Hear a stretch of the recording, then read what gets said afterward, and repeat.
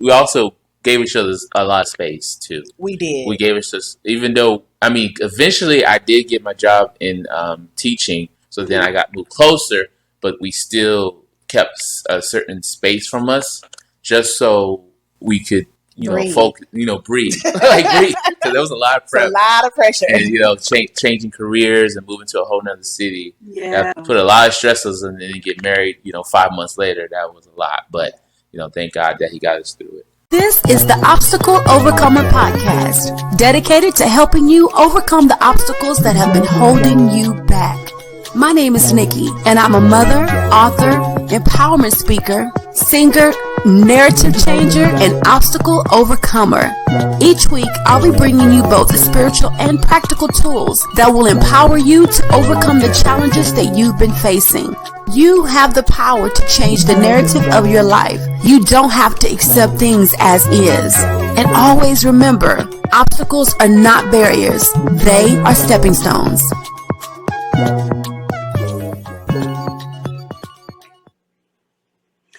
welcome back to another amazing edition of the Obstacle Overcomer Podcast. It's your host, your girl, Nikki Johnson, the Obstacle Overcomer and your empowerment coach. Y'all, I have my peeps in the building today. I'm so excited. We're going to be in love with the Pleasants. They are so in love, and you're going to love them. And I cannot wait for you guys to meet them. So let's dig in, let's jump in, and let me get ready to bring them on. But let me introduce you to them first. William and Cierra Pleasant have been dating for over 15 years and married for 10 years. They met at the University of Texas at San Antonio while both pursuing their Bachelor of Science in their own fields of interest. And now William has a Master of Education in Counseling, and Cierra has a Master of Occupational Therapy. Their careers and personal experiences with success and failures in relationships have ignited their passion to be social pillars to help others close spiritual, mental, and physical gaps in relationships. They are spreading this message of compassion, love, forgiveness, and grace to rebuild and establish kingdom relationships. Don't they sound like fly people? They are so fly. Y'all are going to love them so much. Without further ado, let me bring on my peeps, the Pleasant.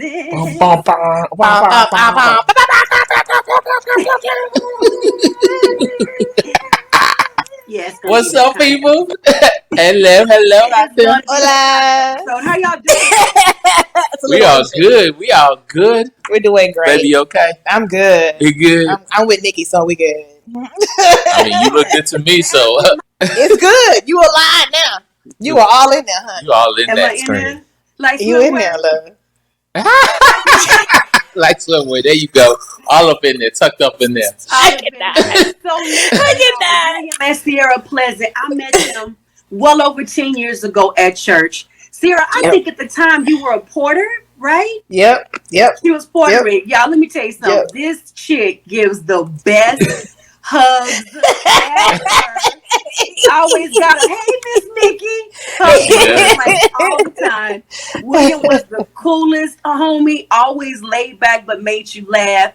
And then they had the nerve to leave San Antonio. That's why I'm ripping the hat today, because they act like they don't know we're homies. And they moved away to Houston. And I am I'm gonna confess this to y'all. I'm a bit of a stalker. I'm a friend, but I'm a stalker. So I stalk you guys on social media.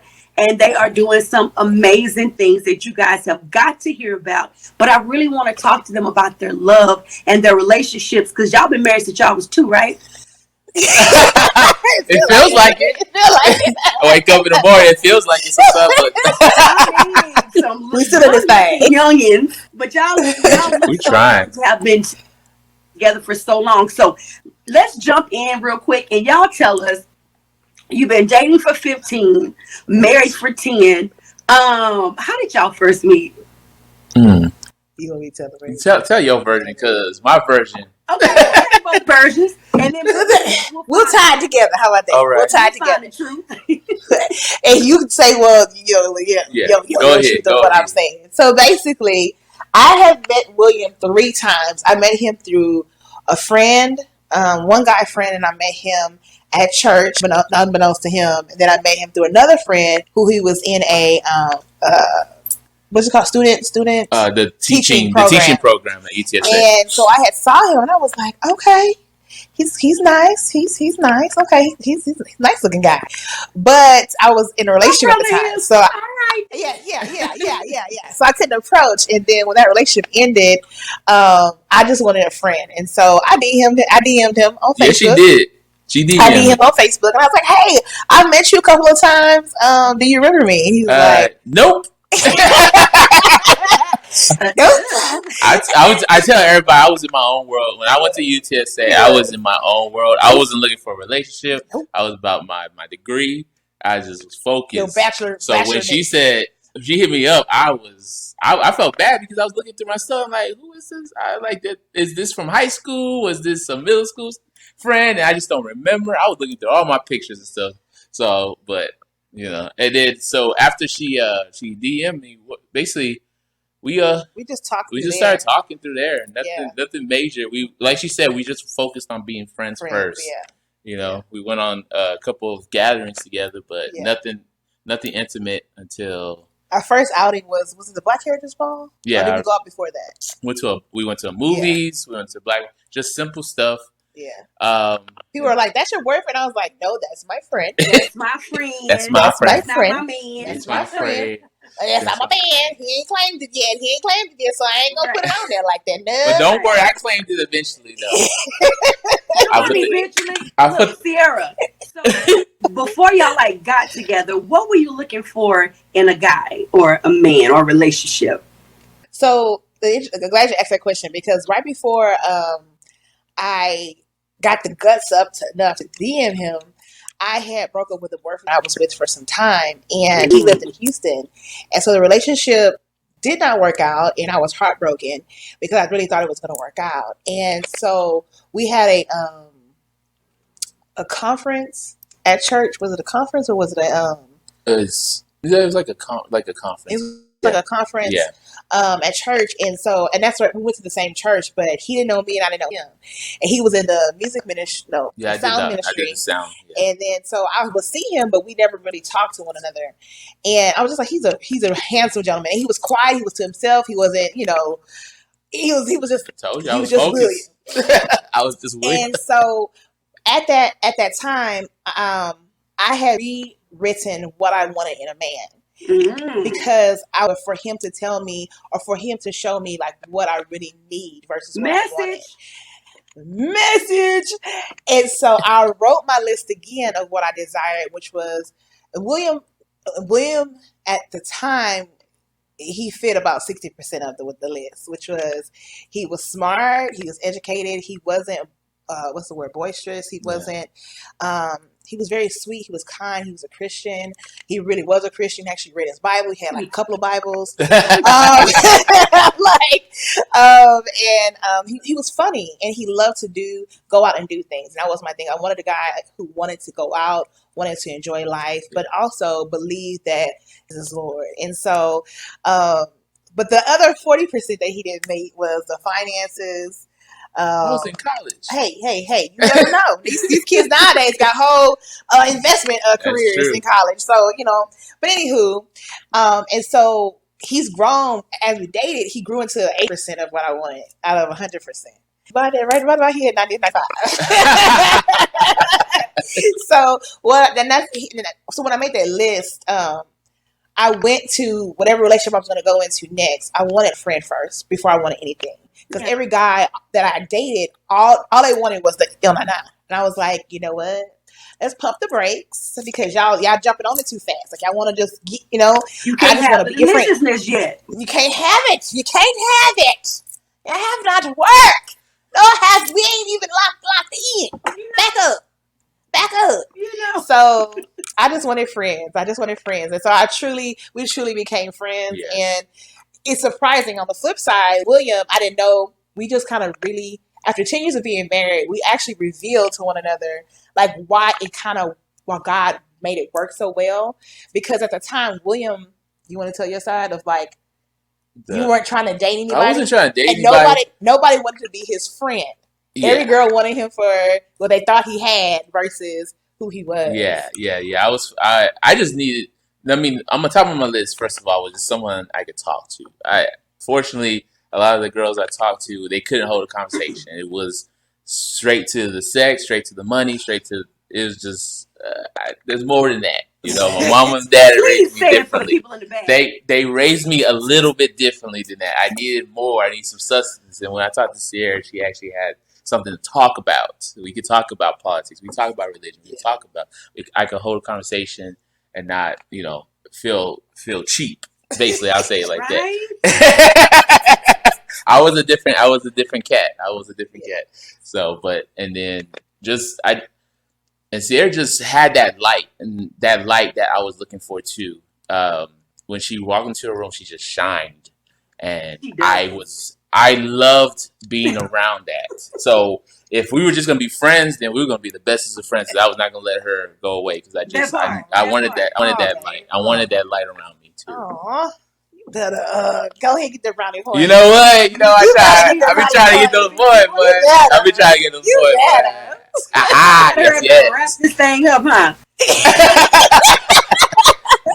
So, question to you, William, is how long were you all friends before y'all were like, nah, we need to be like boyfriend, girlfriend, we need to make this thing a date? It didn't even feel like that long.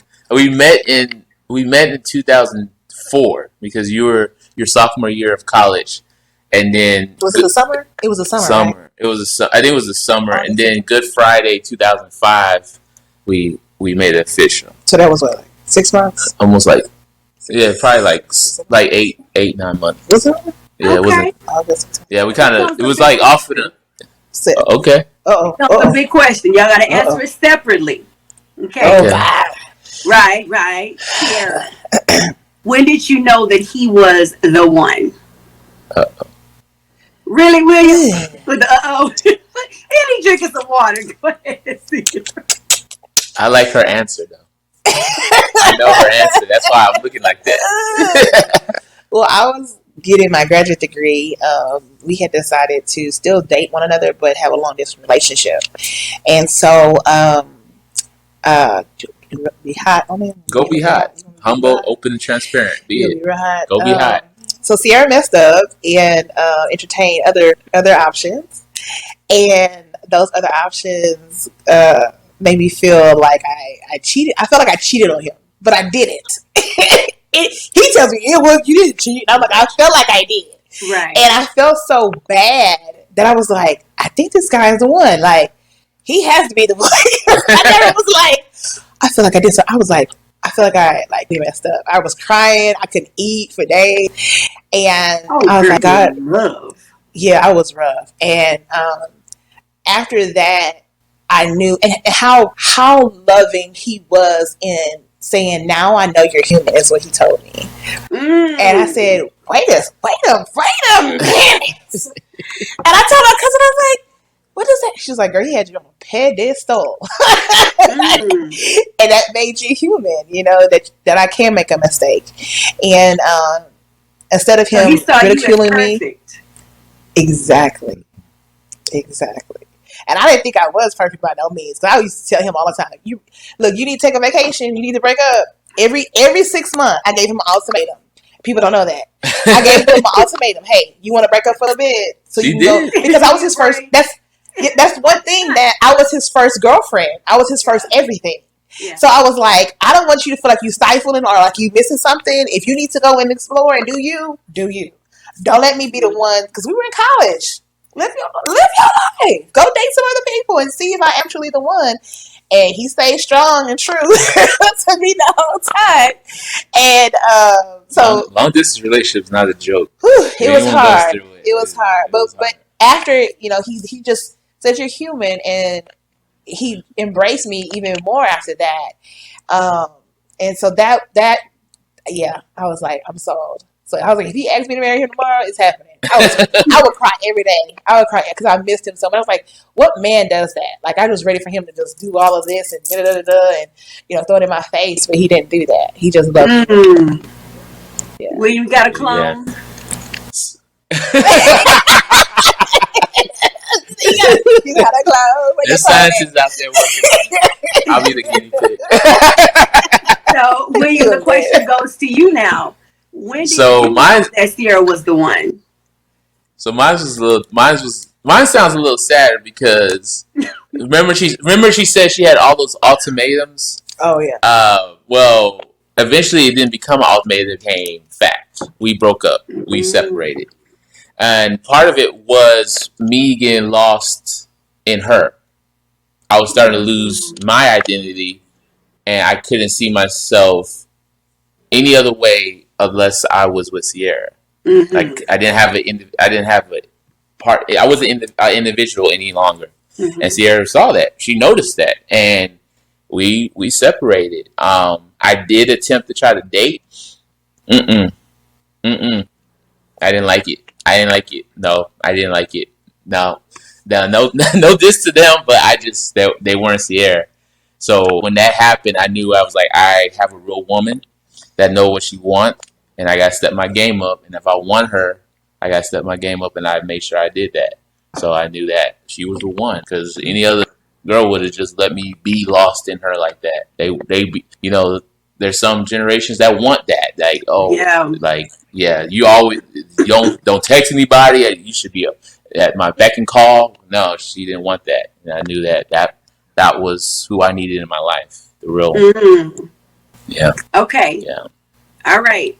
So, William, you know she's the one. Like, it's all up in your heart, mind, spirit. I know you prayed about it.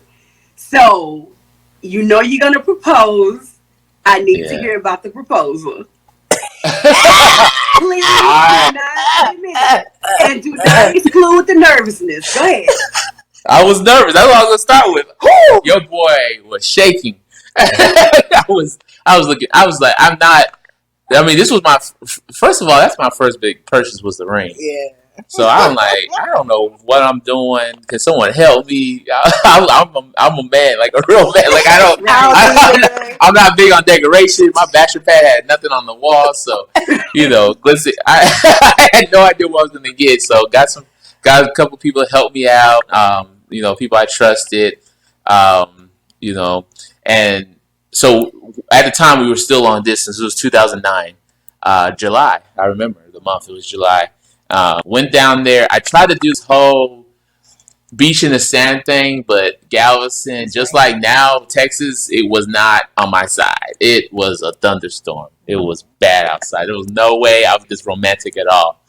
So I went to see her in her apartment, and she could tell something was wrong with me because I was nervous. I wouldn't sit down. Sierra? Excuse me, he was pacing. He was. I was like, "What is?" I'm thinking he's gonna come and break up with me. Like he's gonna official break up with me. That's what I thought. And so I get nervous. I have like butterflies in my stomach. Like I had to go to the bathroom several times before I did because I was just like, "What is wrong with him?" Like I never seen him that nervous or anxious. And he kept pacing. He couldn't sit down. Then he would sit down. He would have like this stare, like this deer in the headlights. I was like, "Oh my God, what's about to happen?"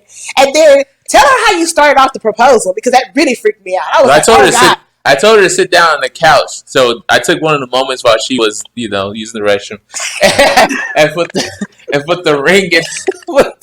I stuffed the ring in the couch, so I was good. All right, it's hidden. She will never know it's there. That's where you put it in the couch. Yeah. So So I sat her. She's like, sit right here. I sit right here. I sit right here. I was not very. I'm about to sit at a bar. Yeah. You're like, no. Sit right here. She was trying to go to the bar. I was like, no. Here, you gotta sit exactly right here. So I get on my knees and she's sitting on the couch and I can't remember exact words. I'm sorry, but it was basically like I don't want you to be my friend anymore.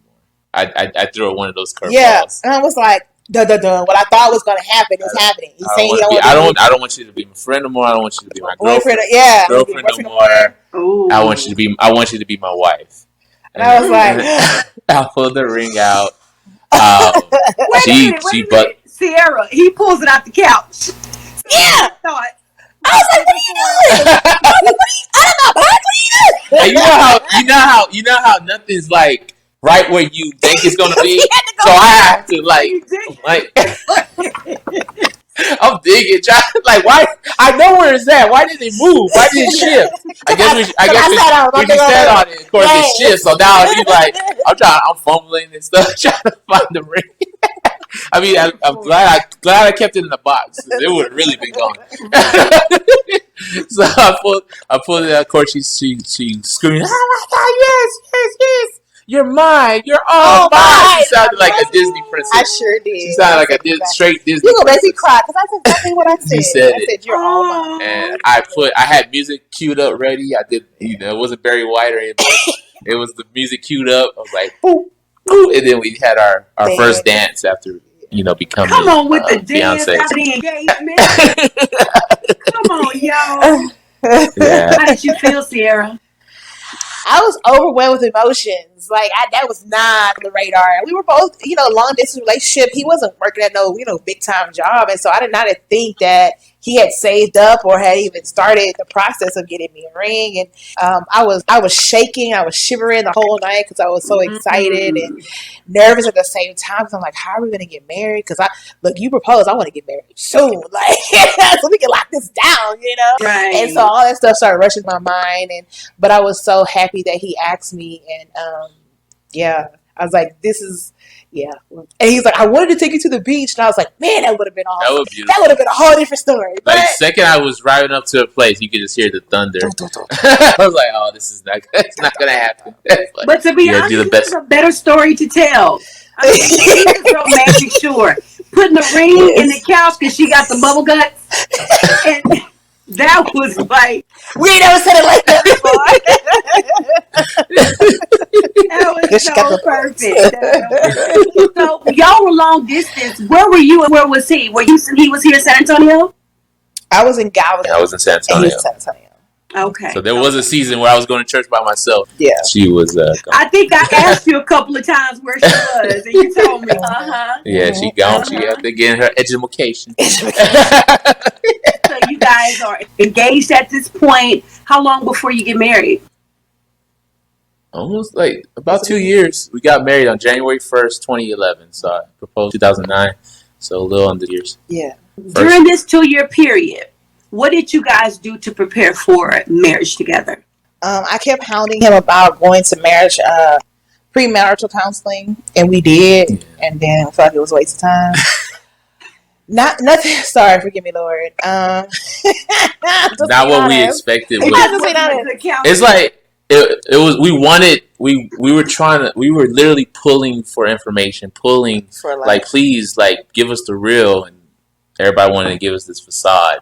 Unfortunately, and it's like I don't know if we exuded like I didn't because we were asking a lot of questions. We asked a lot of questions, and so I was like, maybe we exuded like we knew it all, or we had it together because we, everyone's like, oh, it's just a perfect couple, and I was like, no, we got things, stuff going on, and so they got questions. Yeah, they didn't pull from us out of what we presented, and what they asked us. We gave them the answers, but past that, it was a fluff. But we did that, and then he was transitioning to move to Houston. So, and I was still in school, so we really didn't have time to focus on, because a lot of the questions that people asked during that period of time, we had asked prior. Right. So I knew what his expectations was for me as a wife, and I knew he knew my expectations for him as a husband. But so none of us did to prepare. Then you had conversations. Yeah, we had a lot of conversations. What we hoped for, what we wanted. But there's a lot of things we still miss as 10 years down the line. But we did well for what we knew. So. Right. And then, I had my parents who was, awesome example. So I pulled from them as much as I can. Yeah. They gave me some, good advice. Probably what everyone hears, listen to the wife, y'all are a team, blah, stuff like that. Mm-hmm. But it was a good time. It was a good time. We also gave each other a lot of space too. We did. We gave each other, even though eventually I did get my job in teaching, so then I got moved closer, but we still kept a certain space from us, just so we could Breathe. folk, breathe, like breathe, because there was a lot of It's a prep, lot of pressure. and changing careers and moving to a whole nother city. Yeah. That put a lot of stresses, and then get married. 5 months later, that was a lot, but thank God that He got us through it. Thank you so much for joining me today. If this was your first time tuning in, welcome to the Overcomers family. I cannot adequately express my gratitude to all of you for tuning in today. If today's show helped or impacted you in any way, it would help me tremendously if you would review and rate today's episode. And please be sure to leave me a comment on whatever platform you are listening to this podcast. Also, be sure to connect with me over on Facebook and Instagram at the Obstacle Overcomer Podcast. And if you go ahead and hit that subscribe button, you will be notified every time there's a new episode available. And don't forget that sharing is caring. So please go ahead and tell a friend and share this with your loved one, because this will help me to reach those who really need a word to empower their lives. Again, thank you so much for tuning in. And don't forget that obstacles are not barriers. They are stepping stones. Talk to you next week.